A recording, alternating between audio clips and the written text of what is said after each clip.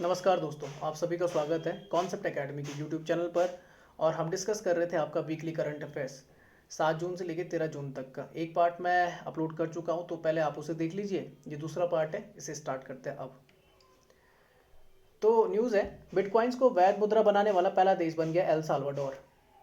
तो लिखा हुआ है, अल साल्वाडोर ने बिटकॉइंस को अपने देश में वैध मुद्रा लीगल टेंडर बना दिया है। राष्ट्रपति नायब बुकले के इस प्रस्ताव को वहां की विधायिका कांग्रेस ने 84 संभावित वोटों में से 62 के साथ मंजूरी दी है। बिटकॉइन 90 दिनों में अमेरिकी डॉलर के साथ अल साल्वाडोर में वैध मुद्रा बन जाएगा। ये याद कर लीजिए, अल साल्वाडोर आधिकारिक तौर पर बिटकॉइन को वैध मुद्रा के रूप में वर्गीकृत करने वाला दुनिया का पहला देश बन गया है। तो ये इंपॉर्टेंट हो जाता है अब आपका। नेक्स्ट लिखा हुआ है कि नए कानून के मुताबिक अब वहां के हर व्यवसाय को वस्तु या सेवाओं के लिए बिटकॉइंस को स्वीकार करना जरूरी हो गया है। इस कदम से विदेशों में रहने वाले साल्वाडोर के लोगों के लिए पैसा घर भेजना आसान हो गया है। एल साल्वाडोर की अर्थव्यवस्था रेमिटेंसेस या विदेशों से घर भेजे जाने वाले धन पर बहुत अधिक निर्भर करती है। रेमिटेंसेस से अल साल्वाडोर के सकल घरेलू उत्पाद का लगभग 20% हिस्सा आता है। अच्छा, एक चीज याद रखिए कि रेमिटेंसेस के मामले में अगर बात की जाए तो दुनिया में सबसे ज्यादा रेमिटेंसेस जो इकट्ठा करता है वो देश कौन सा है? वो भारत है। लगभग 2 मिलियन से अधिक लोग एल साल्वाडोर देश के बाहर रहते हैं, जो प्रत्येक वर्ष लगभग $4 बिलियन से अधिक रेमिटेंसेस के रूप में घर वापस उन्हें भेजते हैं। मूल्यों में बहुत तेजी से उतार चढ़ाव की वजह से किसी भी देश ने अभी तक बिटकॉइन या किसी भी क्रिप्टो करेंसी को अपने देश में वैध मुद्रा घोषित नहीं किया है। हालांकि दुनिया के अधिकांश केंद्रीय बैंक अपनी डिजिटल मुद्रा बनाने के प्रयास में लगे हुए हैं। भारत भी इसमें प्रयासरत है अभी, ठीक है ना। बात करें भाई एल साल्वाडोर कहाँ की, तो ये आपका जो मिडिल अमेरिकन नेशन है वहां पर आता है। तो मैक्सिको आपने देखा ऊपर की तरफ यूनाइटेड स्टेट्स है, आपका किस में पड़ता है? नॉर्थ अमेरिकन कॉन्टिनेंट में फॉल करता है। उसके बाद सेंट्रल अमेरिकन नेशंस की बात करेंगे तो यहाँ पे आपका कौन आ जाता है? एल साल्वाडोर आता है, जिसकी कैपिटल है सैन साल्वाडोर। इसके अलावा हॉन्ड्रास हो गया, बेलाइज हो गया, गुटेमाला हो गया, निकारागुआ, कोस्टारिका, पनामा, ये इसके क्या आपके नेबरिंग कंट्रीज हैं। इसके अगर साउथ वेस्ट की तरफ जाओगे तो पैसिफिक ओशन देखने को मिलेगा, या वेस्ट की तरफ जाओगे अगर आप नॉर्थ ईस्ट की तरफ जाएंगे तो आपको गल्फ ऑफ मैक्सिको हो गया, कैरिबियन सी देखने को मिलेगा और अटलांटिक ओशन देखने को मिलेगा। यहीं पे आपकी पनामा कैनाल है जो पैसिफिक ओशन को कैरिबियन सी या पैसिफिक ओशन को अटलांटिक ओशन से क्या करती है? कनेक्ट करती है। तो ये आपका एल साल्वाडोर, ये कोस्टल बाउंड्री लगाता है किससे? पैसिफिक ओशन से। अच्छा, बिटकॉइन की अगर बात करें तो बिटकॉइन जो इंट्रोड्यूस हुआ था वो 2009 में इंट्रोड्यूस हुआ था, और इसको बनाने वाले जो व्यक्ति थे वो थे सातोशी नाकोमोटो। तो ये आप याद कर सकते हैं। कैसी है? क्रिप्टो करेंसी, ठीक है ना। अच्छा, आगे चले, और किस टेक्नोलॉजी पे आपका डिपेंड करती है? तो ब्लॉकचेन टेक्नोलॉजी पे आपका डिपेंड करती है। यूपीएससी में ये क्वेश्चन बना था पिछले साल। नेक्स्ट चलते हैं, अनूप चंद्र पांडे बने चुनाव आयुक्त, गारंटीड है यहाँ से क्वेश्चन टपकेगा। तो लिखा हुआ है, राष्ट्रपति रामनाथ कोविंद ने सेवानिवृत्त आईएएस अधिकारी अनूप चंद्र पांडे को चुनाव आयुक्त के रूप में नियुक्त किया है। चुनाव आयोग की 3 सदस्य समिति में 13 फरवरी 2021 से एक पद रिक्त था। लिखा हुआ, विदित हो कि 12 फरवरी 2021 को मुख्य चुनाव आयुक्त सुनील अरोड़ा की सेवानिवृत्ति के बाद आयोग में केवल 2 ही सदस्य कार्यरत थे। याद रखना है, सुनील अरोड़ा आपके क्या हो गए थे? आपके हट गए थे। 13 अप्रैल 2021 को चुनाव आयुक्त सुशील चंद्रा को मुख्य चुनाव आयुक्त बना दिया गया था। याद रखना, 3 मैंस बॉडी है। एक आपका क्या होता है? चीफ इलेक्शन कमिश्नर होता है, 2 आपके इलेक्शन कमिश्नर होते हैं। तो सुनील अरोड़ा तो आपके मुख्य के बन गए मुख्य चुनाव आयुक्त। उसके अलावा राजीव कुमार है, और अभी आपके कौन है? पांडे जी हैं, अनूप चंद्र पांडे जी हैं, तो इन्हें बनाया गया। कहाँ पे था मैं? हाँ, नेक्स्ट लिखा हुआ है कि श्री पांडे की नियुक्ति के साथ ही चुनाव आयोग की 3 सदस्यीय समिति पूरी हो गई है। गोवा, मणिपुर, उत्तराखंड, पंजाब और उत्तर प्रदेश में अगले वर्ष होने वाले चुनाव से पहले चुनाव आयोग का पूर्ण रूप से बहाल होना एक अच्छा संकेत है। अनूप चंद्र पांडे 1984 बैच के उत्तर प्रदेश कैडर के आईएएस अधिकारी हैं।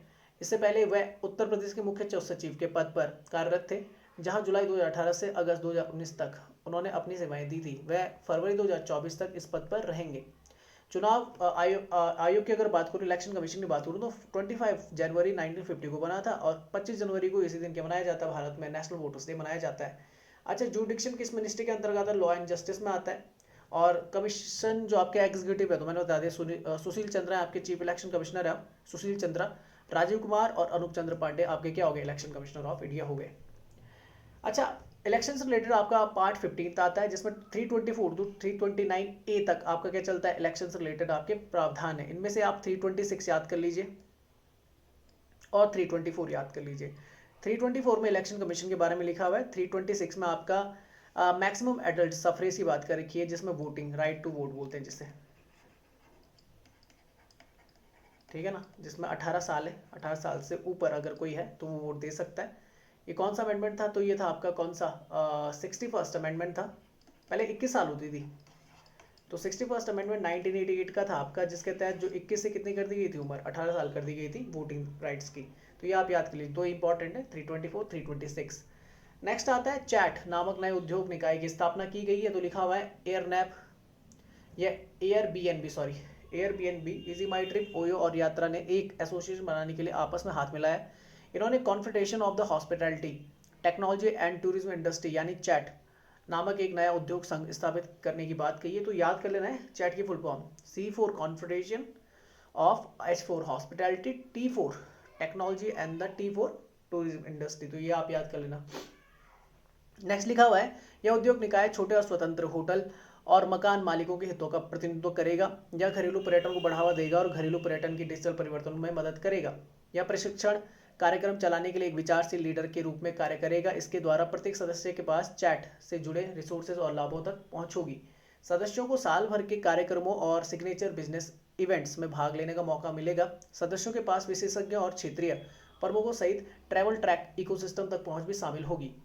चैट का उद्देश्य घरेलू पर्यटन को बढ़ावा देना, सभी उद्योग क्षेत्रों को शैक्षिक प्रशिक्षण और लाभकारी कार्यक्रम उपलब्ध कराना है। साथ ही इसका मकसद पर्यटन से संबंधित व्यवसाय और ऑपरेटिंग मॉडल के डिजिटल परिवर्तन का नेतृत्व करना है। अच्छा, नेक्स्ट न्यूज आती है, जल्द शुरू होगी demand based tele agriculture advisories. तो लिखा हुआ है डिजिटल इंडिया कॉर्पोरेशन, डीआईसी जिसे बोलते हैं, भारतीय कृषि अनुसंधान परिषद ICAR, Indian council of the agriculture research ने एक समझौता ज्ञापन पर हस्ताक्षर किए हैं। यह समझौता किसानों को demand based tele agriculture advisory प्रदान करने पर आधारित है। इस समझौते में कृषि एवं किसान कल्याण मंत्रालय और इलेक्ट्रॉनिक्स एवं सूचना प्रौद्योगिकी मंत्रालय शामिल होंगे। एमओयू का उद्देश्य डीआईसी के मौजूदा इंटरैक्टिव इंफॉर्मेशन डिसैमिनेशन सिस्टम प्लेटफॉर्म को किसान सारथी कार्यक्रम के साथ एकीकृत करना है। साथ ही ईसीएआर नेटवर्क के माध्यम से इसके कार्यान्वयन को देश भर में बड़ी संख्या में किसानों तक पहुंचाना है। किसान सारथी कार्यक्रम आईसीएआर के प्रस्तावित कार्यक्रमों में से एक है। आईसीआर और डीआईसी स्थानीय स्तर पर विभिन्न कृषि गतिविधियों को सहयोग देने के लिए एक मल्टीमीडिया, मल्टीवे, एडवाइजरी और संचार प्रणाली की स्थापना पर जोर दे रहे हैं। इसलिए वह इस प्रणाली के संचालन के लिए आईसीटी प्लेटफॉर्म को विकसित और तैनात करने के लिए सहयोग करने पर सहमत हुए हैं। इसके तहत आईसीएआर में इंटरैक्टिव इंफॉर्मेशन डिसैमिनेशन सिस्टम तैनात किया जाएगा। यह एक पुश एंड पुल आधारित प्रणाली होगी जिसमें मोबाइल फोन का उपयोग करके किसानों को कृषि संबंधी जानकारी प्रदान की जा सकेगी। यह किसानों को केवल उन्हीं सेवाओं के लिए व्यक्तिगत आवश्यकता आधारित जानकारी प्राप्त करने का विकल्प देता है जिसके लिए उन्होंने सदस्यता ली है। वर्तमान में आईआईडीसी प्लेटफॉर्म का उपयोग पूर्वोत्तर राज्यों आंध्र प्रदेश और तेलंगाना में किया जा रहा है। इसे आईसीएआर के साथ हुए इस समझौता ज्ञापन के साथ पूरे देश में विस्तृत किया जाएगा। डीआईसी अपेक्षित आईसीटी प्लेटफॉर्म के विकास, होस्टिंग और प्रबंधन के सहयोग के साथ साथ संपूर्ण तकनीकी समाधान प्रदान करेगा। अगर मैं Indian council of agriculture research की बात करूं तो ये आपका 16 जुलाई 1929 को फॉर्म हुआ था। प्रेसिडेंट जो होता है मिनिस्ट्री ऑफ एग्रीकल्चर होता है नरेंद्र सिंह तोमर, अभी आपके एग्रीकल्चर मिनिस्टर है। लोकेशन अगर देखी जाएगी तो न्यू दिल्ली में, और इसके डायरेक्टर आपके त्रिलोचन मोहपात्रा। तो ये आप याद कर लीजिए। नेक्स्ट न्यूज आती है, बाल श्रम पर यूनिसेफ और आईएलओ की रिपोर्ट जारी की गई है। तो संयुक्त राष्ट्र बाल कोष जिसे बोलते हैं यूनिसेफ, जिसे बोलते हैं यूनाइटेड नेशन इमरजेंसी फंड या चिल्ड्रन इमरजेंसी फंड जिसे बोला जाता है, और अंतर्राष्ट्रीय श्रम संगठन आईएलओ, इंटरनेशनल लेबर ऑर्गेनाइजेशन ने बाल श्रम पर एक रिपोर्ट जारी की है। इस रिपोर्ट के अनुसार दुनिया में 2 दशकों में बाल श्रम में पहली बार वृद्धि दर्ज की गई है। रिपोर्ट में कहा गया है कि 2020 की शुरुआत में बाल श्रम की संख्या 160 मिलियन थी, जो अब निरंतर बढ़ती जा रही है। साथ ही यदि महामारी के कारण गरीबी के नवीनतम अनुमानों में वृद्धि होती है तो 2022 के अंत तक अन्य 9 मिलियन बच्चों को बाल श्रम में धकेल दिया जाएगा। कोविड-19 महामारी की चपेट में आने से यह संख्या लगातार बढ़ने लगी है। एक आईएलओ सिमुलेशन मॉडल के द्वारा बताया जा रहा है कि यदि बच्चों को महत्वपूर्ण सामाजिक सुरक्षा कवरेज तक पहुंच नहीं मिली तो यह संख्या बहुत अधिक हो सकती है। अध्ययन से पता चलता है कि अधिकांश बाल श्रम कृषि क्षेत्र में केंद्रित हैं, जो कुल वैश्विक का 70% या 112 मिलियन बच्चे हैं। सरकारों और अंतर्राष्ट्रीय संगठनों द्वारा बाल श्रम के उन्मूलन में महत्वपूर्ण प्रगति के बावजूद यह देखा जा रहा है। आईएलओ के आंकड़ों के अनुसार 2000 से 2016 के बीच इसमें 94 मिलियन बच्चों की कमी आई थी, लेकिन पिछले 4 वर्षों में इस प्रवृत्ति में चिंताजनक बदलाव हुए हैं। याद रखना, आईएलओ जो रिपोर्ट जारी करता है वो हर 4 साल में करता है। बात समझ गए? 2000, फिर 2004, फिर 8, फिर आपका 12, 16, फिर 2020 में। विश्व स्तर पर 10 में से लगभग 1 बच्चा बाल श्रम कर रहा है, जिसमें से उपसारा अफ्रीका में सबसे अधिक प्रभावित है। ठीक है, सब सहारन जो आपके क्या सब सहारन अफ्रीकन नेशंस हैं वो ज़्यादा प्रभावित हैं। उपसारा अफ्रीका की जनसंख्या वृद्धि, अत्यधिक गरीबी और सामाजिक सुरक्षा योजनाओं की कमी ने केवल 4 वर्षों में अतिरिक्त 16.6 मिलियन बच्चों को बाल श्रम में धकेल दिया है। यूनिसेफ की अगर बात करूं, यूनाइटेड नेशन चिल्ड्रंस फंड इसे बोला जाता है, और इसका हेडक्वार्टर न्यूयॉर्क सिटी में, और ये आपका 11 दिसंबर 1946 को फाउंड हुआ था। हेड इसके एंड्रिटा H4 है, और ये पेरेंट ऑर्गेनाइजेशन अगर इसकी बात करेंगे तो यूनाइटेड नेशन जनरल असेंबली है और इकोसॉक इसकी आपकी क्या पेरेंट ऑर्गेनाइजेशन है। आईएलओ की अगर बात करें तो इंटरनेशनल लेबर ऑर्गेनाइजेशन है और 11 अप्रैल 1919 को बना था और हेडक्वार्टर जेनेवा स्विट्जरलैंड में। इसके हेड जो है गाय राइडर है, तो ये आप याद कर सकते हैं। और नोबेल पीस प्राइज भी मिल चुका है 1969 में किसको, आईएलओ को। और इसकी पेरेंट ऑर्गेनाइजेशन आपकी वही है यूएनजीए और आपका इकोसॉक। अच्छा, नेक्स्ट न्यूज आती है कि रैपिड एंटीजन टेस्ट किट, इसको आईसीएमआर ने अप्रूवल दे दिया है। तो लिखा हुआ है कोविड-19 की रैपिड एंटीजन टेस्ट किट कोविफाइंड को भारतीय चिकित्सा अनुसंधान परिषद आईसीएमआर, जिसके बारे में मैंने अभी बताया था, से मंजूरी मिल गई है। इस किट का विकास गुजरात के मेरिल डायग्नोस्टिक्स द्वारा किया गया है। स्वदेशी रूप से विकसित यह परीक्षण किट संक्रामक व्यक्तियों में SARS-CoV-2 जिसे बोलते हैं severe acute respiratory syndrome CoV-2 COVID virus 2 क्योंकि इससे पहले भी सार्स आपका CoV-2 हिट कर चुका है, वायरस का मजबूती से पता लगा सकती है। कोविफाइंड किट का उपयोग घर में ही स्व परीक्षण के लिए किया जा सकता है। यह किट मध्यम से उच्च वायरल लोड वाले व्यक्तियों को जांच के में अत्यधिक प्रभावी है, विशेष रूप से ऐसे व्यक्तियों के मामले में जिनमें दूसरों को संक्रमित करने की संभावना अधिक होती है। कोविफाइंड तेजी से परिणाम देती है और यानी लगभग 15 मिनट में इसमें रिजल्ट आपका क्या हो जाता है, प्राप्त हो जाता है। इस परीक्षण किट के लिए किसी विशिष्ट भंडारण या प्रशीतन रेफ्रिजरेशन की जरूरत नहीं होती है, जो इसके वितरण को आसान और सुविधाजनक बनाती है। इस किट की कीमत 250 रुपये रखी गई है और 3, 5 और 25 परीक्षण पैक सहित सिंगल पैक में भी उपलब्ध ये होगी। नेक्स्ट लिखा हुआ है प्रत्येक परीक्षण किट में टेस्टिंग उपकरण दिए जाएंगे, जिसमें एक डेस्क डिवाइस, एक नेजल स्वाब, एक कैप और पहले से भरी हुई बफर ट्यूब शामिल होगी। इस पैकिंग में एक डिस्पोजल बैग को भी शामिल किया गया है। परीक्षण किट का उपयोग कंपनी के मोबाइल एप्लीकेशन कोविफाइंड ऐप के साथ किया जाएगा, जिससे उत्पाद के बाजार में आने के बाद गूगल प्ले स्टोर और एप्पल ऐप स्टोर से डाउनलोड किया जा सकता है। यह किट फार्मेसी विक्रेताओं, ई फार्मेसियों, अमेजॉन और फ्लिपकार्ट सहित ई कॉमर्स प्लेटफॉर्मों के माध्यम से उपलब्ध कराई जाएगी। आईसीएमआर की फिर से बात कर लेते हैं तो Indian council of the medical research 1911 में फॉर्म हुई थी और 1949 में इसका नाम आईसीएमआर रखा गया था। उससे पहले इसका नाम था IRFA, जिसको बोलते थे इंडियन रिसर्च फंड एसोसिएशन, पूछा जा सकता है पेपर में। अच्छा, अगर बात करेंगे तो हेडक्वार्टर इसका आपको न्यू दिल्ली में देखने को मिलेगा और इसके जो आपके डायरेक्टर जनरल है वो अभी बलराम भार्गव है, ठीक है ना, आईसीएमआर के। चलिए आगे चलते हैं। नेक्स्ट लिखा हुआ है हिंद महासागर में चक्रवात पूर्वानुमान अब आसान होगा। तो लिखा हुआ भारतीय वैज्ञानिकों ने ऐसी तकनीक विकसित की है जो उत्तर हिंद महासागर क्षेत्र में बनने वाले उष्णकटिबंधीय चक्रवातों का पता सैटेलाइट से भी लगा देगी। आईआईटी खड़गपुर के वैज्ञानिकों ने विज्ञान और प्रौद्योगिकी विभाग के सहयोग से जलवायु परिवर्तन कार्यक्रम CCP के तहत यह तकनीक इजाद की है। इसमें बवंडर या भंवर का पता लगाने वाली तकनीक का इस्तेमाल किया जाएगा और उत्तर हिंद महासागर क्षेत्र में उष्णकटिबंधीय चक्रवात बनने की स्थिति और उसकी पूर्व चेतावनी दी जाएगी। वैज्ञानिकों ने जो तकनीक विकसित किया उसका मकसद है कि तूफान आने से पहले ही बवंडर और भंवरदार हवा का पता लगाया जा सके। वैज्ञानिक इसकी पहचान और भंवरदार हवा का विश्लेषण करने के लिए दो चीज़ों के बीच की न्यूनतम दूरी का आधार मानते हैं। इसका पैमाना 27 किलोमीटर और 9 किलोमीटर का होता है। इससे बनने वाली तस्वीर का मूल्यांकन करके पता लगाया जा सकता है कि तूफान की भावी दशा तथा दिशा क्या हो सकती है। इस अध्ययन में मानसून के बाद आए 4 भयंकर तूफानों को विषय बनाया गया था। फाइलिन 2013, वर्धा 2013, गाजा हो गया 2018, मादी हो गया 2013 में। 2 तूफान मानसून अभी आए मतलब 2017 नहीं, 2 तूफान मानसून के बाद आए थे, जैसा मोरा और कौन सा आपका आयला उत्तर हिंद महासागर के ऊपर बने थे। इस तकनीक से कम 4 दिन लगभग 90 घंटा पहले तूफान के आने का पता लगाया जा सकता है कि वह कब बनेगा। इसमें मानसून से पहले और बाद दोनों समय आने वाले तूफान शामिल होंगे। यह तकनीक समुद्री सतह के ऊपर की हलचल को उपग्रह से भी तेजी से पकड़ने में सक्षम होगी। अच्छा, मैं बता दूं, ये आपके ट्रॉपिकल साइक्लोन्स होते हैं और ये फॉर्म होते हैं जब आपका जो टेम्परेचर होता है ओशन का लगभग 26 डिग्री से ऊपर जाता है, तो आपकी जो गर्म हवाएं होती है ऊपर की तरफ आने लग जाती हैं। यहाँ पे देख रहे होंगे आप, ये ऊपर की तरफ आने लग गई और यहाँ पे क्या बन जाता है, आपका लो प्रेशर बन जाता है। अब क्या होता है कि हाई प्रेशर से आने वाली ठंडी हवाएं इस तरफ आती हैं और ये दोनों मिक्स हो जाती हैं। आपकी जो गर्म हवाएं और ठंडी हवाएं मिक्स होने के बाद क्या करती हैं, एक भंवर का निर्माण करती हैं। बीच में जो आई रीजन होता है वहाँ पे आपका लो प्रेशर बनता है, बीच में हमेशा याद रखना है वहाँ पे लो प्रेशर बनता है और चारों तरफ आपका हाई प्रेशर बन जाता है। इससे ये चक्रवात घूमने लग जाता है। 5 तरह की कंडीशन आपको देखने को मिलेगी। कैटेगरी 5 में ये फॉल कर सकता है। 5 कैटेगरीज में पहला होता है मिनिमल जो डैमेज होता है, उसमें आपकी लगभग जो विंड स्पीड होती है 119 से 153 के आसपास होती है किलोमीटर पर आवर में। कैटेगरी 2 मॉडरेट डैमेज होता है 154 से 177। एक्सटेंसिव में आपका 178 से 208 स्पीड होती है। एक्सट्रीम डैमेज में आपका 209 से 251 और कैटास्ट्रॉफिक जो होता है सबसे खतरनाक होता है 252 किलोमीटर या उससे ऊपर स्पीड हो सकती है। किसकी? चक्रवात की, साइक्लोन की। साइक्लोन्स की अगर बात करें या इन्हें हरिकेन भी बोला जाता है, पैसिफिक ओशन की तरफ बोला जाता है, खासकर जो अमेरिकन कॉन्टिनेंट रीजन है वहाँ पे हरिकेन भी बोला जाता है। इसके अलावा ऑस्ट्रेलिया में इसे विली बोला जाता है। आपका अगर बोला जाएगा पैसिफिक ओशन, जो आपका जापान वाला रीजन है, वहाँ पे इसे क्या बोला जाता है, टाइफून बोला जाता है, और इंडियन ओशन की तरफ इसे साइक्लोन बोला जाता है। अगर मैं इनकी डायरेक्शन की बात करूँ, ये फिक्स होता है। नॉर्थन हेमिस्फीयर की अगर बात करें तो ये आपका एंटी क्लॉकवाइज होता है इनकी डायरेक्शन। वहीं अगर सदर्न हेमिस्फीयर की बात करूंगा तो ये आपका कैसा होता है, क्लॉकवाइज होती है डायरेक्शन। कैसे होती है, क्लॉकवाइज। तो ये आप याद कर लीजिए, पूछा जाता है। और किस वजह से होती है, कॉरियोलिस इफेक्ट के कारण होता है।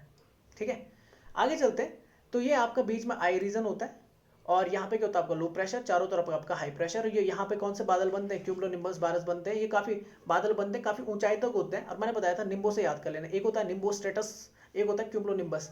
तो निम्बो स्टेटस आपका नीचे की तरफ होता है, काफी नीचे होता है। इस रेंज तक आपका जो लो रेंज होती है वहां तक मिल जाता है। पर जो क्यूमुलोनिम्बस होता है वो बहुत हाई तक बनता है, हाई रीजन तक बनता है, दोनों बारिश कर सकते हैं।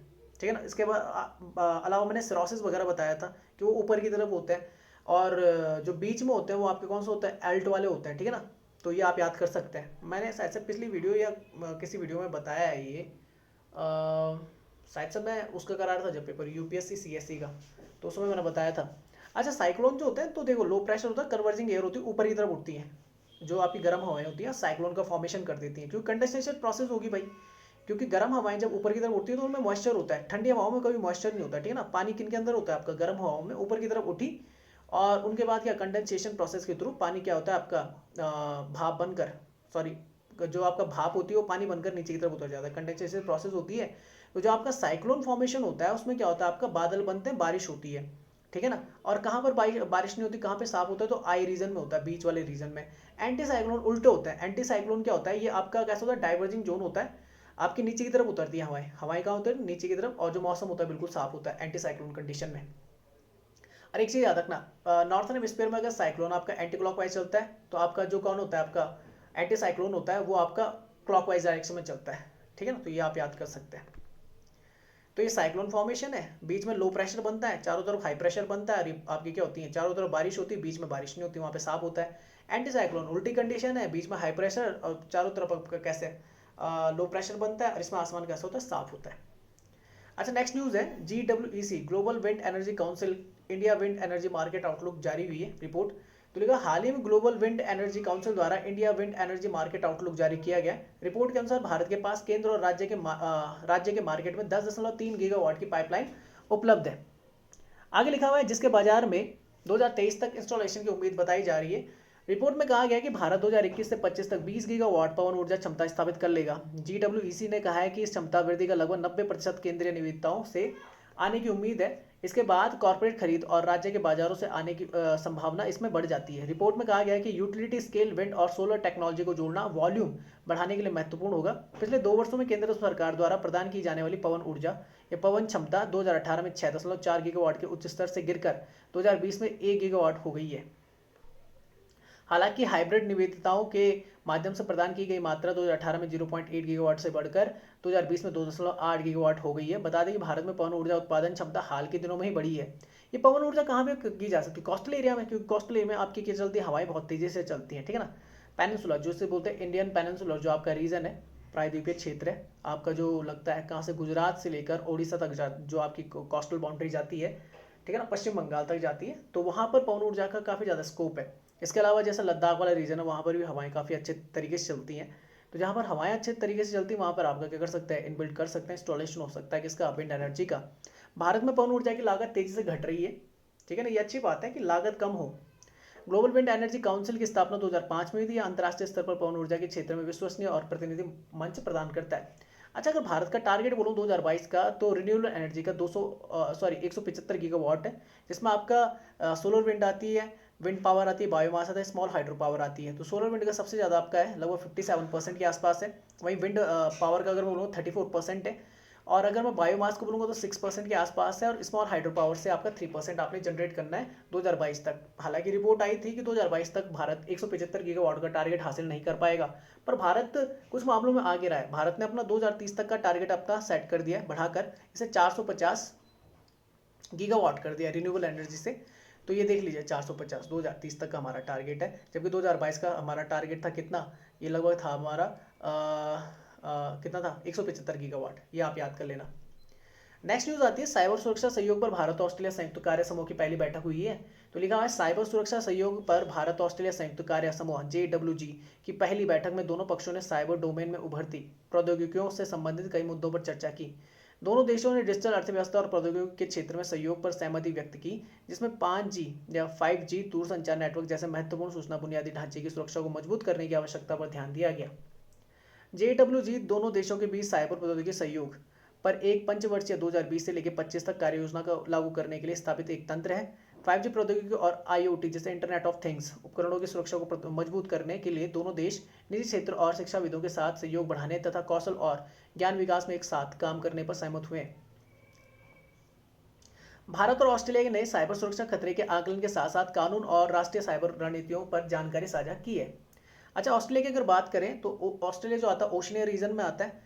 यहाँ पर अगर आपको देखने को मिलेंगे तो कम ही आपको क्या देखने को मिलेंगे, इनके जो क्या होते हैं आपके प्रोविंसेस हैं, राज्य हैं, जैसे वेस्टर्न ऑस्ट्रेलिया हो गया, इसकी कैपिटल पर्थ में। ऊपर की तरफ चलेंगे तो उसे नॉर्थन टेरिटरी बोलते हैं, जिसकी कैपिटल आपकी डार्विन में। उसके बाद क्वींसलैंड आती है जिसकी कैपिटल ब्रिस्बेन में। न्यू साउथ वेल्स आता है जिसकी कैपिटल आपकी कहाँ है, सिडनी में। और एक आपका आता है साउथ ऑस्ट्रेलिया जिसकी कैपिटल एडिलेड है। और आपका विक्टोरिया आता है जिसकी कैपिटल मेलबर्न है। अगर ऑस्ट्रेलिया कैपिटल बोलेंगे तो आपको न्यू साउथ वेल्स में दिखेगा कैनबरा। एक और राज्य है इनका जिसका नाम है तस्मानिया, ये याद कर लीजिए। टोटल मिला के ये 7 हो जाते हैं, 1 2 3 4 5 6 और 7, तो 7 ही राज्य हैं यहाँ पे। वेस्टर्न ऑस्ट्रेलिया याद करना बहुत आसान है। वेस्ट की तरफ वेस्टर्न ऑस्ट्रेलिया, ऊपर की तरफ नॉर्थन टेरिटरी, नीचे की तरफ साउथ ऑस्ट्रेलिया। बस इस तरफ आपने याद करना है कि तब इस तरफ क्वींसलैंड आ जाता है, फिर न्यू साउथ वेल्स आता है, नीचे की तरफ विक्टोरिया आ जाता है, नीचे की तरफ तस्मानिया आ जाता है। तस्मानिया जो आपका इनका आइलैंड है और ऑस्ट्रेलिया मेन लैंड जो है उसके बीच में बास स्ट्रीट है, और यहाँ पे तस्मान सी आपको देखने को मिल रहा होगा। इंडियन ओशन में बसा हुआ है, पैसिफिक ओशन आपका इस तरफ है। ऊपर बात करेंगे तो क्वींसलैंड की तरफ ही आपका कोरल सी देखने मिलेगा, ग्रेट बैरियर रीफ हो गया आपका। नॉर्थन टेरिटरी और क्वींसलैंड के बीच में आपका क्या है, गल्फ ऑफ कारपेंट्रिया है। ऊपर की तरफ जाएंगे तो अराफोरा सी, तिमोर सी आपको देखने मिलेगा, ये आप याद कर सकते हैं। नीचे की तरफ आएंगे तो आपका साउथ ऑस्ट्रेलिया और जो आपका क्या है वेस्टर्न ऑस्ट्रेलिया। नीचे की तरफ देखेंगे तो ग्रेट ऑस्ट्रेलियन बाइट इसे बोला जाता है। यहीं पे आपका एडिलेड की तरफ आपको स्पेंसर गल्फ देखने को मिलेगा, तो ये आप याद कर सकते हैं।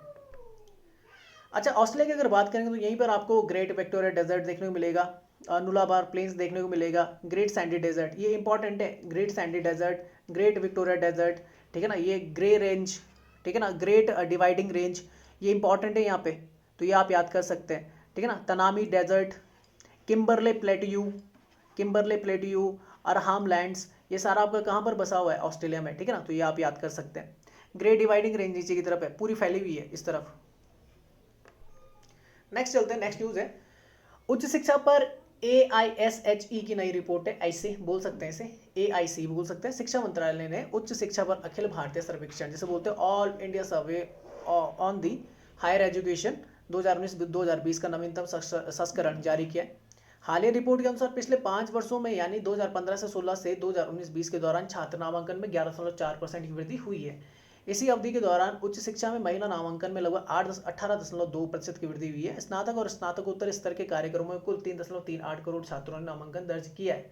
2019-20 में सकल नामांकन अनुपात जो था वो 0.8% की वृद्धि उसमें देखने को मिली है। सकल नामांकन अनुपात उच्च शिक्षा में नामांकित पात्र आयु वर्ग के छात्रों का प्रतिशत जहां 2018 से 19 में 26.3% था, वहीं 2019-20 में इसको कितना बढ़ा दिया गया, 27.1% कर दिया गया है।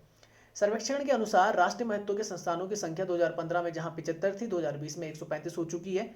उच्च शिक्षा में कुल नामांकन 2019-20 में 3.85 करोड़ था, जबकि 2018-19 में ये 3.74 करोड़ था। 2014-15 में देखेंगे तो 3.42 करोड़ था। यह रिपोर्ट देश में उच्च शिक्षा की वर्तमान स्थिति पर प्रमुख परफॉर्मेंस इंडिकेटर्स प्रदान करती है। इसके तहत शिक्षकों की संख्या, छात्र नामांकन परीक्षा परिणाम, कार्यक्रम, शिक्षा वित्त और बुनियादी ढांचे जैसी मापदंडों पर डेटा एकत्र किया जाता है। चलिए नेक्स्ट न्यूज पे चलते हैं। लिखा हुआ है ब्लैक फंगस के लिए पोसाकोनेजोल दवा को DCGI जो आपका drugs controller general of India होती है उसने मंजूरी दे दी है।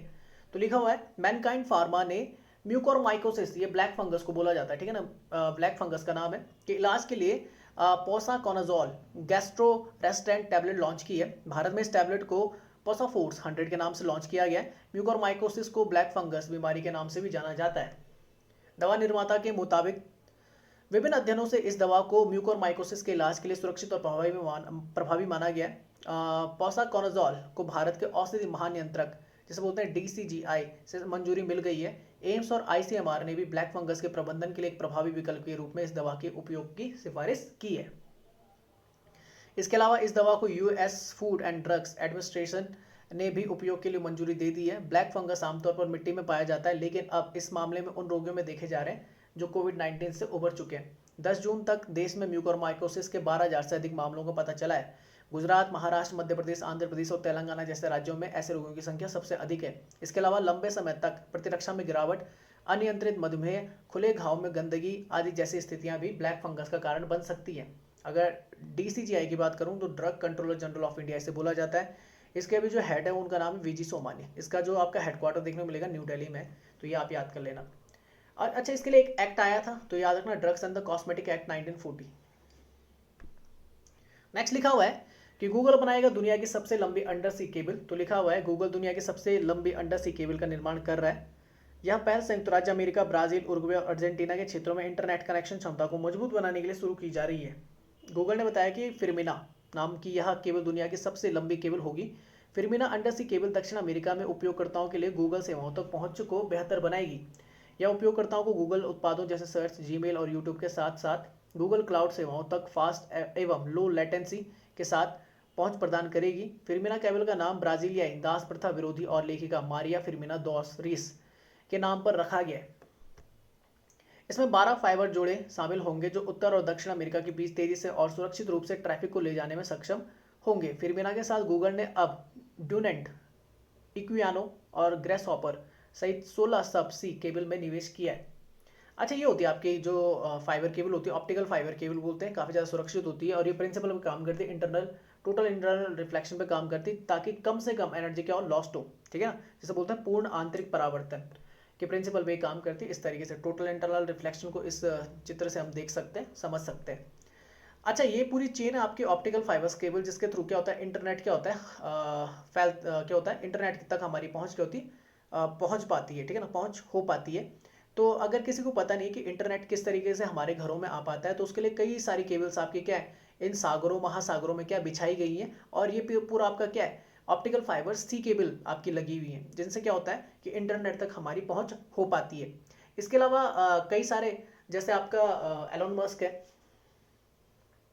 जिनका आपका क्या है, बोल सकते हैं, जो आपका स्पेस एक्स है, वो अब इन्वेस्ट कर रहा है किस में, आपका सैटेलाइट्स में, कि सैटेलाइट्स के थ्रू क्या किया जा सके, इंटरनेट प्रोवाइड किया जा सके। स्टारलिंक प्रोजेक्ट है, इसके अलावा वन वेब प्रोजेक्ट्स है, तो ये आपका सैटेलाइट से रिलेटेड है। पर गूगल जो कर रहा है वो किस में, ऑप्टिकल फाइबर में। इसके अलावा रिलायंस जो आपकी है जियो, वो भी क्या कर रही है, ऑप्टिकल फाइबर में क्या कर रही है, इन्वेस्ट कर रही है। तो ये आपकी केबल्स वगैरह बिछी हुई है। ठीक है ना, इन्हीं के थ्रू क्या होता है, इंटरनेट हमारे घरों तक आता है।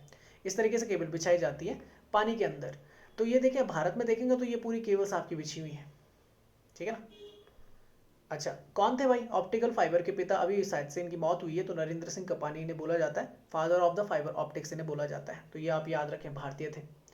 नेक्स्ट लिखा हुआ मास्टर प्लान दिल्ली 2041। तो लिखा हुआ है कि दिल्ली विकास प्राधिकरण DDA ने मास्टर प्लान दिल्ली 2041 का ड्राफ्ट प्रकाशित किया है। इस ड्राफ्ट पर अपनी राय देने तथा आपत्ति दर्ज कराने के लिए DDA ने आम नागरिकों को आमंत्रित किया है। दिल्ली महायोजना 2041 के लिए सिटीजन एंगेजमेंट पोर्टल के माध्यम से भारत का कोई भी नागरिक अगले 45 दिनों तक अपने विचार व्यक्त कर सकता है। आपको बता दें कि किसी भी शहर का मास्टर प्लान उस शहर के योजनाकर्ताओं और भू स्वामित्व एजेंसी द्वारा विकास योजना की दिशा में प्रस्तुत एक दस्तावेज होता है। इसके तहत जनसंख्या, अर्थव्यवस्था, आवासन, यातायात, सामुदायिक सुविधाएं और भूमि उपयोग के आधार पर विश्लेषण, अनुशंसाएं और प्रस्ताव को शामिल किया गया है। प्रदूषण और जलवायु परिवर्तन का समाधान ढूंढना, ग्रीन ब्लू इंफ्रास्ट्रक्चर को बढ़ाना, सार्वजनिक स्थानों को बेहतर प्रबंधन करना, कनेक्टिविटी और प्रबंधन अवसंरचना में सुधार, हरित विकास क्षेत्र में विकास, दिल्ली में पार्किंग संबंधित या पार्किंग प्रबंधन आदि 22 लक्ष्यों को शामिल किया गया है। दिल्ली विकास प्राधिकरण अधिनियम 1957 के तहत सन 1962 में दिल्ली के लिए पहला मास्टर प्लान तैयार किया गया था। इसके बाद मास्टर प्लान दिल्ली 2001 और मास्टर प्लान 2021 लाया गया है। ये सभी प्लान अपने पूर्ववर्ती प्लान का विस्तारित रूप होते हैं। अच्छा, नेक्स्ट न्यूज आती है अब ESA, जिसे बोलते हैं आपका यूरोपियन स्पेस एजेंसी। तो वो शुक्र ग्रह पर अपना ऑर्बिटल एनविजन भेजेगा। इससे पहले आपका नासा भेज चुका है अपने 2 मिशन, उनके बारे में डिस्कस करेंगे। तो नासा के बाद अब यूरोपियन स्पेस एजेंसी ESA ने शुक्र ग्रह पर अपना ऑर्बिटर भेजने की घोषणा की है।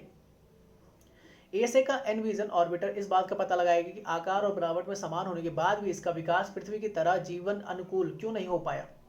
नासा के दोनों मिशन द विंची और वेरिटास की तरह ईएसए ने भी इस मिशन को 2030 तक लॉन्च करने का लक्ष्य निर्धारित किया है। आपको बता दें कि नासा का लक्ष्य शुक्र ग्रह के वायुमंडल में प्रवेश करना, जबकि ईएसए का ऑर्बिटर शुक्र की कक्षा में परिक्रमा करते हुए इस ग्रह का अध्ययन करना है।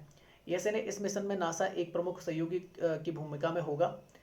नासा इस मिशन के लिए ईएसए को अपना सिंथेटिक अपर्चर रडार, जिसे बोलते हैं वेंसार, की सहायता प्रदान करेगा, जिससे शुक्र की सतह पर बेहतर विश्लेषण किया जा सकेगा। ठीक है ना, तो सारी फुल फॉर्म पूछी जा सकती है। सिंथेटिक अपर्चर रडार इसे बोला जाता है।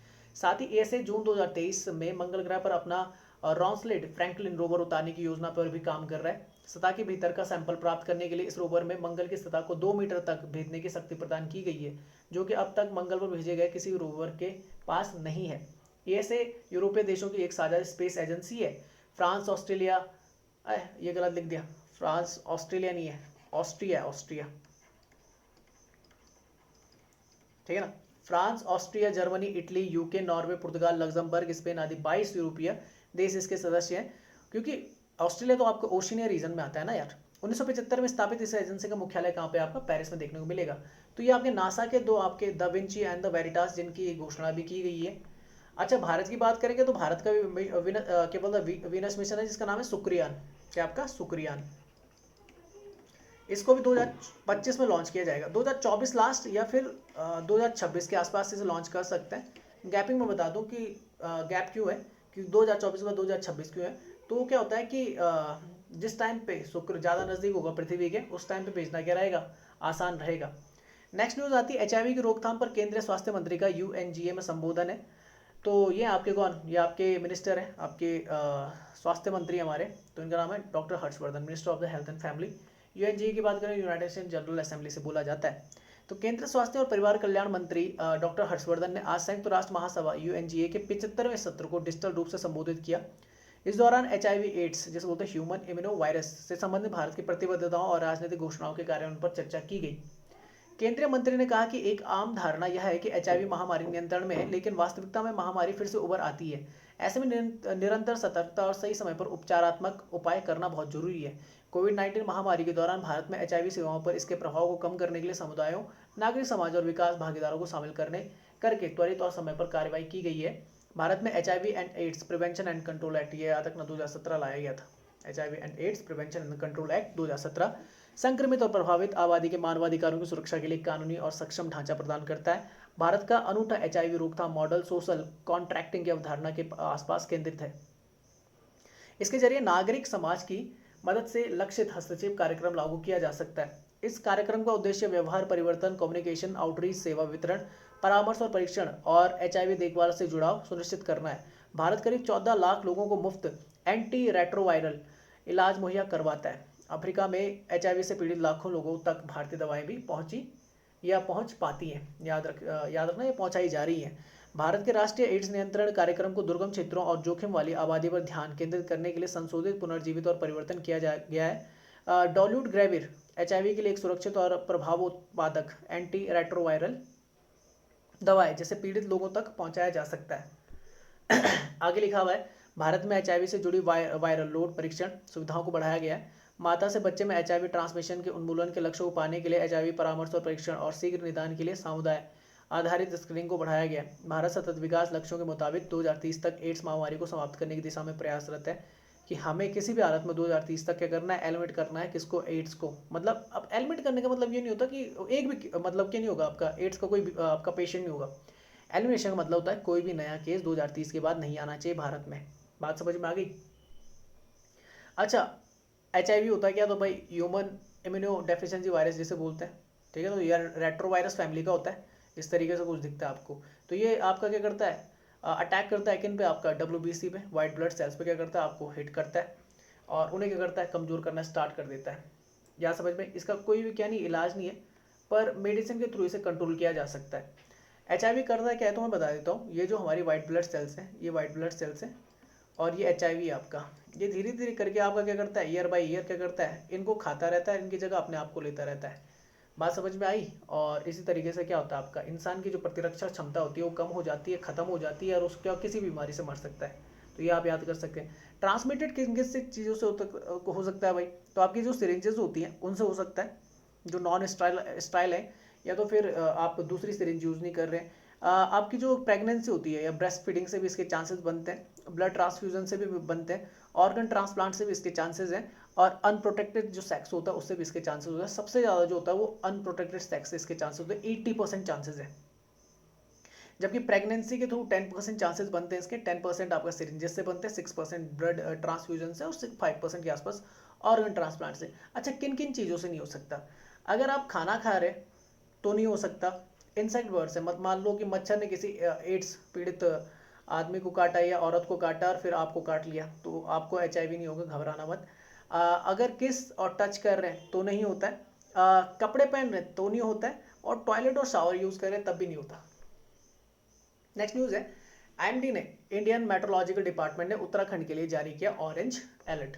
क्या भाई ऑरेंज अलर्ट, पढ़ते हैं इसके बारे में। तो लिखा, भारत मौसम विज्ञान विभाग ने उत्तराखंड राज्य के कई जिलों के लिए ऑरेंज अलर्ट जारी किया है। इसके तहत राज्य भर में भारी से बहुत भारी बारिश की चेतावनी दी गई है, क्योंकि आजकल आपने केसेस बहुत सुने होंगे जब बीच में बारिश हो रही है, और अब तो मानसून आने वाला है, तो मुझे लग रहा है और दिक्कतें पैदा हो सकती है उत्तराखंड के लिए। तो IMD ने 15 से 20 जून के बीच मानसून के उत्तराखंड में प्रवेश करने की बात कही है। 15 से 20 जून को पहुंच जाएगा। IMD को प्रतिकूल मौसम की घटनाओं की पहचान करने और इनके लिए चेतावनी जारी करने का काम सौंपा गया है। ऐसा करने के लिए IMD 4 तरह की कलर कोडेड मौसम चेतावनी प्रणाली का उपयोग करता है। ये 4 कलर कोडेड चेतावनियां इस बात पर निर्भर करती हैं कि किसी निश्चित समय के लिए मौसम प्रणाली की तीव्रता या प्रभाव कितना है। इस प्रणाली का उद्देश्य अधिकारियों और प्रभावित होने की संभावना वाले लोगों को कठोर या खतरनाक मौसम से निपटने के लिए तैयारी करने का अवसर देना है। कलर कोडेड अलर्ट सिस्टम में ग्रीन, येलो, ऑरेंज और रेड, ये याद करना, ग्रीन, येलो, ऑरेंज और रेड कोड को शामिल किया गया है। ग्रीन कोड की अगर बात करें तो इस कोड का मतलब होता है सब ठीक है, ऑल इज वेल, और मौसम से संबंधित किसी भी प्रतिकूल स्थिति की संभावना नहीं है और ना ही कोई सलाह जारी की जाएगी। येलो कोडिंग की अगर बात करें, यह कोड अधिकारियों को सचेत रहने यानी बी अवॉर के साथ गंभीर रूप से खराब मौसम की संभावनाओं के बारे में चेतावनी देती है। ऑरेंज कोड जो होती है, इस कोड का मतलब होता है तैयार रहिए, बी प्रिपेयर्ड। यह अलर्ट बेहद खराब मौसम, बिजली कटौती और सड़क और रेल बंद होने जैसी सहित संचार व्यवस्था बाधित होने की संभावना के रूप में जारी की जाती है। और सबसे खतरनाक होगा रेड कोड। इसमें IMD द्वारा जारी उच्चतम स्तर की चेतावनी मानी जाती है और अधिकारियों को कार्रवाई, टेक एक्शन करने का निर्देश दिया जाता है। इसे तब जारी किया जाता है जब लोगों का जीवन खतरे में पड़ जाता है। तो याद कर लीजिए, देखिए कि ग्रीन में क्या है, ऑल इज वेल, येलो में आपका बी अवेयर, आपका ऑरेंज में क्या है, बी प्रिपेयर्ड, और रेड में क्या है, टेक एक्शन। यह अलर्ट चक्रवातों के साथ साथ बाढ़, भारी वर्षा, हिमपात और अन्य खतरनाक मौसमों की घटनाओं सहित कई प्राकृतिक आपदाओं के लिए उपयोग किया जाता है। अच्छा, बात करें तो इंडियन मेट्रोलॉजिकल डिपार्टमेंट की अगर बात करें तो 1875 में आपका फॉर्म हुआ था। और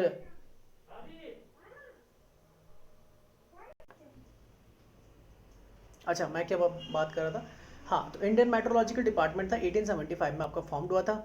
और मिनिस्ट्री रिस्पॉन्सिबल जो होती है वो होती है आपकी earth and union ministry of the earth and science, और हेडक्वार्टर्स का मौसम भवन, लोधी रोड, न्यू दिल्ली में। और एग्जीक्यूटिव हेड जो अभी है वो है मृत्युंजय मोहपात्रा। तो ये आप याद कर सकते हैं, ठीक है ना। आगे चलते हैं,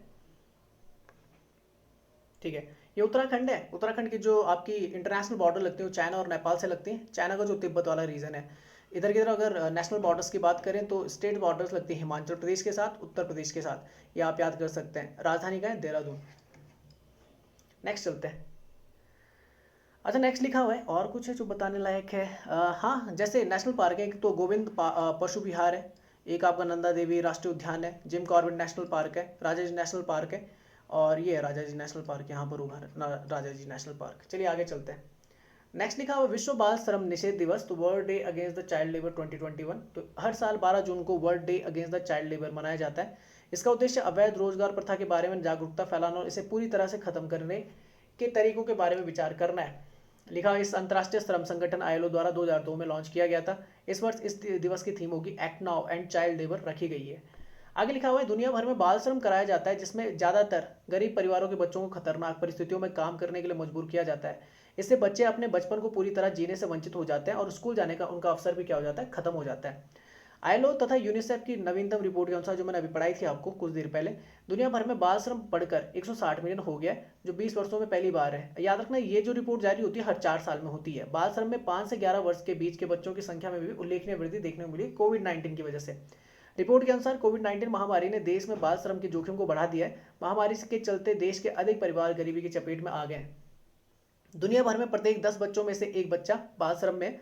संयुक्त राष्ट्र के सतत विकास लक्ष्यों का टारगेट 8.7 2025 तक बाल श्रम के सभी रूपों को समाप्त करने का आह्वान करना है।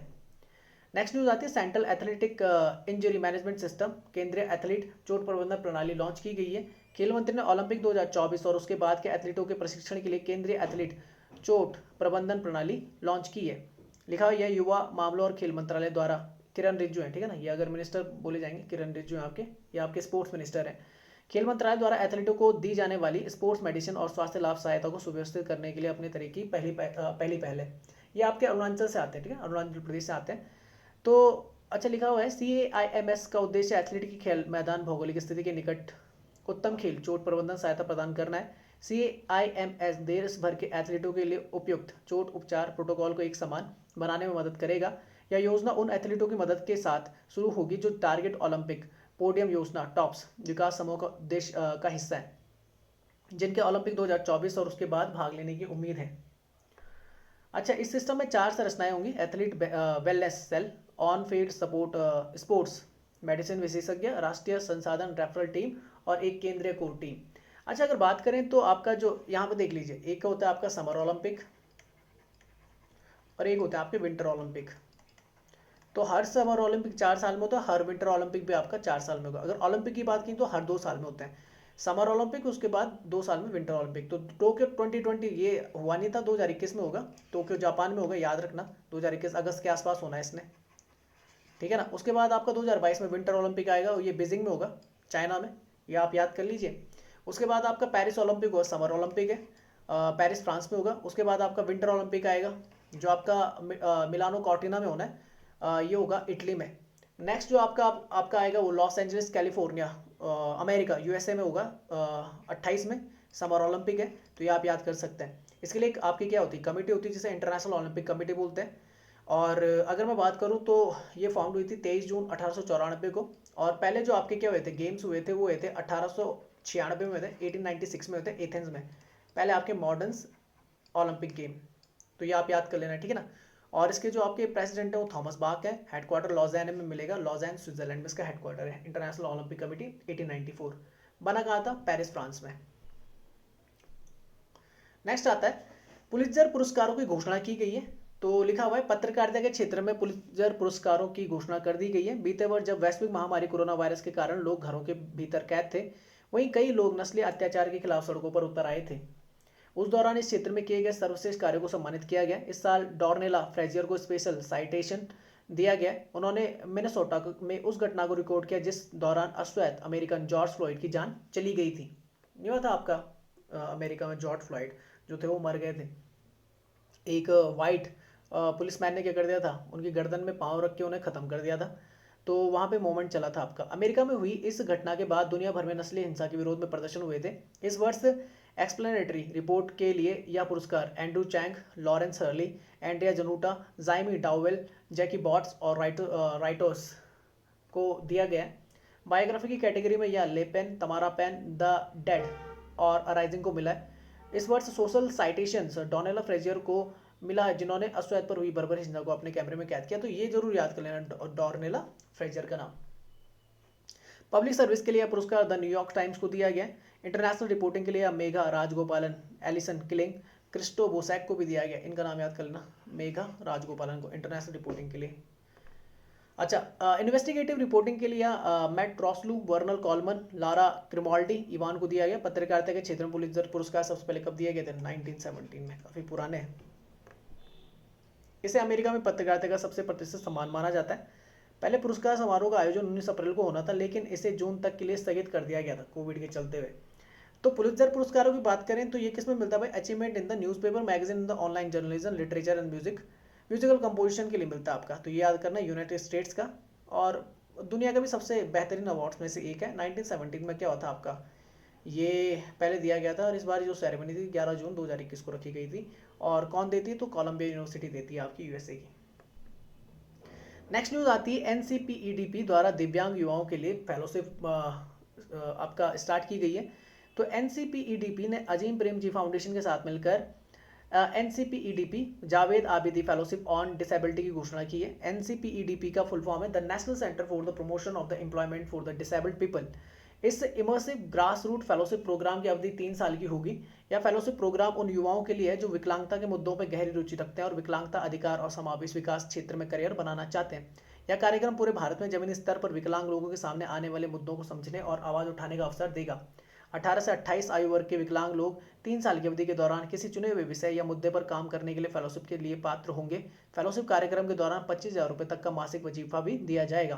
फेलोशिप का उद्देश्य फेलो के बीच सामाजिक उद्यमिता को बढ़ावा देना और विकलांगता के कारणों के लिए वकालत अनुभव और प्रभावों में योगदान करना है। नेक्स्ट न्यूज आती है तो लिखा हुआ महाराष्ट्र लगाएगा हेरिटेज पेड़ों को काटने पर जुर्माना। तो लिखा हुआ है महाराष्ट्र मंत्रिमंडल ने शहरी क्षेत्रों में 50 वर्ष और उससे अधिक उम्र के पुराने पेड़ों की रक्षा के लिए एक कार्य योजना को मंजूरी दी है। इसके लिए महाराष्ट्र सरकार ने Maharashtra urban areas protection and the prevention of the trees act 1975 याद कर लीजिए में संशोधन की बात कही है। महाराष्ट्र सरकार का यह कदम विरासत वृक्षों हेरिटेज ट्रीज के संरक्षण के लिए उठा रही है। यह कार्य योजना प्रतिपूरक वृक्षारोपण भी सुनिश्चित करेगी जिसका शुद्ध सकारात्मक प्रभाव पड़ेगा। साथ ही महाराष्ट्र मंत्रिमंडल ने स्थानीय इकाइयों और परिषदों में महाराष्ट्र वृक्ष प्राधिकरण के गठन को भी हरी झंडी दी है जो पेड़ों के संरक्षण के संबंध में भी सभी निर्णय लेगा।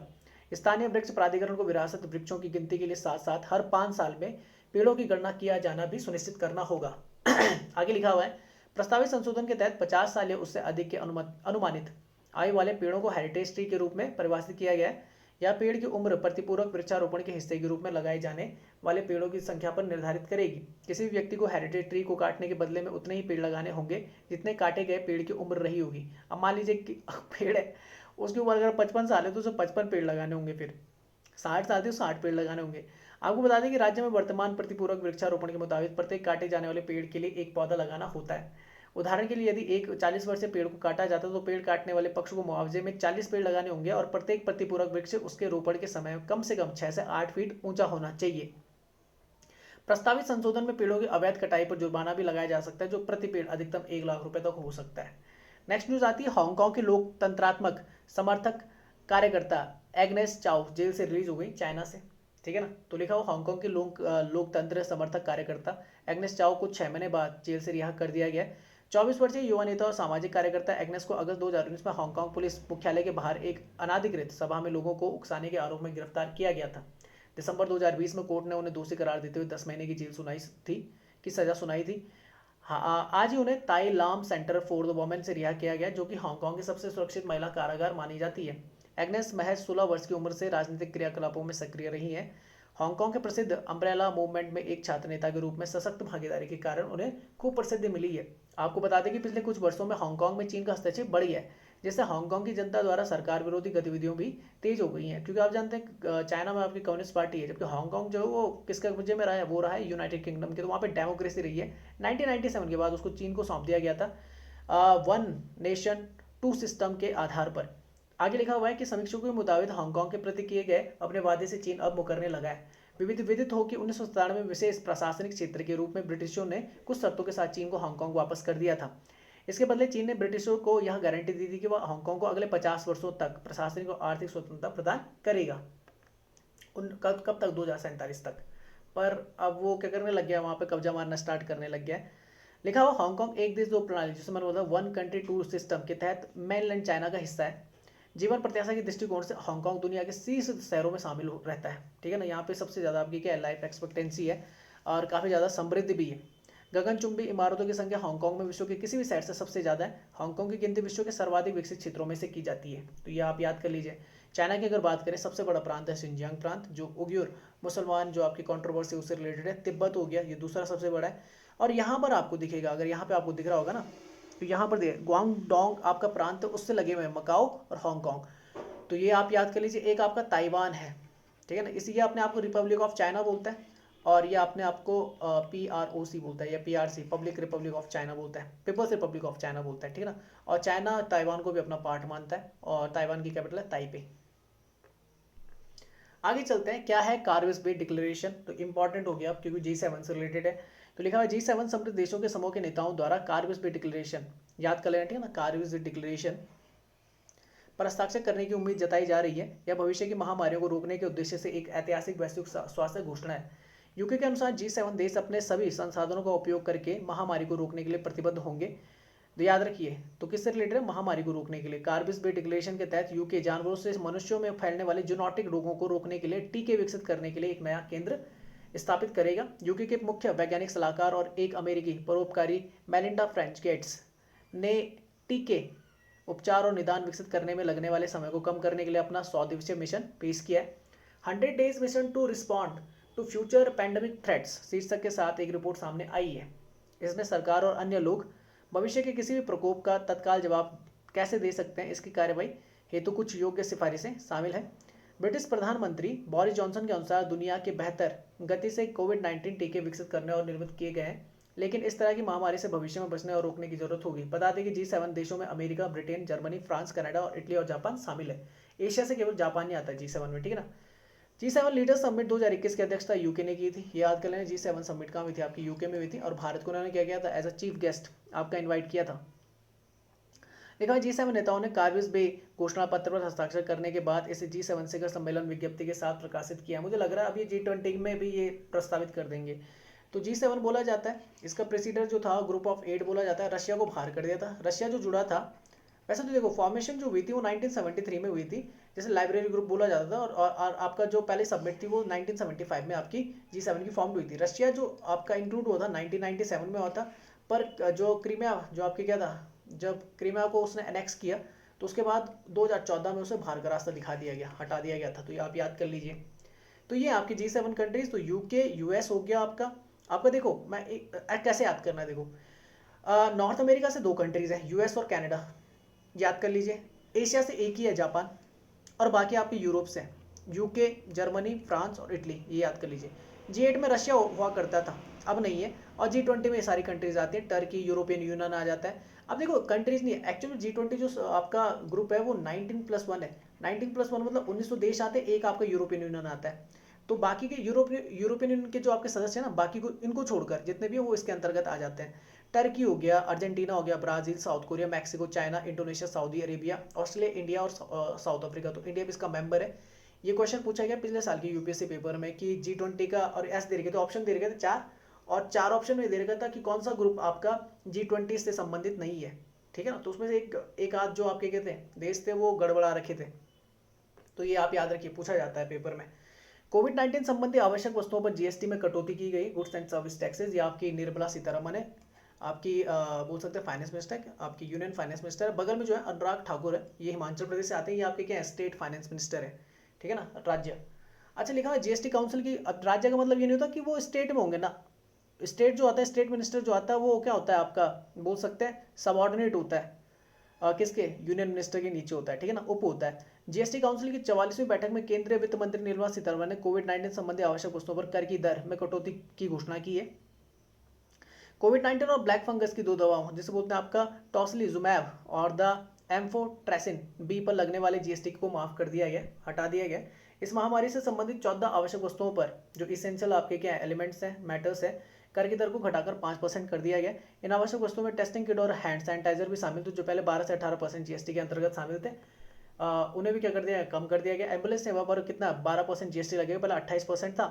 रेमडेसिविर जो था उस पर कितना था, 12% था, 5% कर दिया गया। जो दवाई थी आपकी कोविड के लिए जो इस्तेमाल की जाती थी। वैक्सीन पर जो आपका 5% जीएसटी था उसे भी हटा लिया गया। ऑक्सीजन सिलेंडर, ऑक्सीमीटर और थर्मामीटर आदि उपकरणों के साथ ही इलेक्ट्रिक सुविधा गृह शुल्क को 5% कर दिया गया।